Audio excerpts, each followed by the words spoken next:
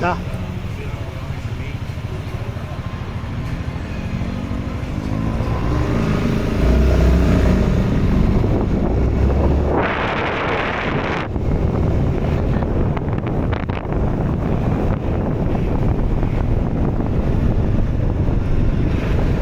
Macam mana nak parking? Ada parking ke apa?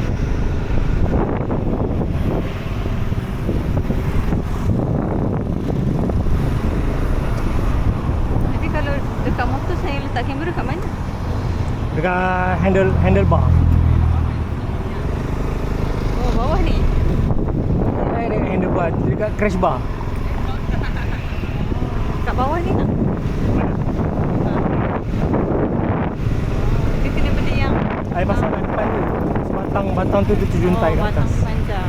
Dia terjuntai kat atas. Tapi kau bawa laju pun dia tak ke tanggal kan? Harap lah. Tak ni. Boleh letak kat Boleh je, ada je. Sini kan. Tapi I tak nak, kalau kat sini I malah nak tinggi-tinggi. Kat sini sebab depan tu boleh tinggi. Dan view dia lagi besar lah. Tu sebab tu I pakai yang dekat tu.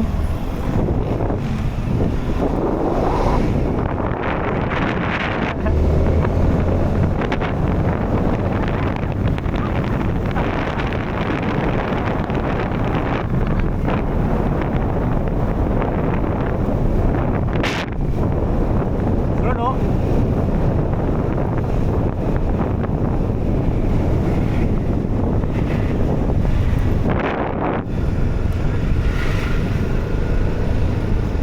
Bila nak sampai rumah ni dia tak nak berak pula.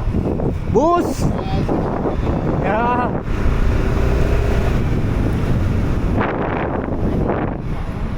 Macam kuat sikit. Kalau tadi I tengah hisap pot. Aduh kan. Dia cakap, yuk. Itu kan. Biar dia takut.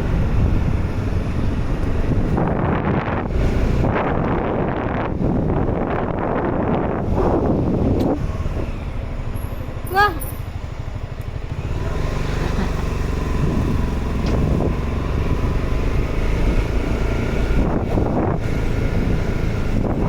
Matang kan. Dia sebab air masuk dalam punya tu. Dia buka telinga, air masuk dalam telinga. Oh, wah. Dia jadi ketat sikit lah.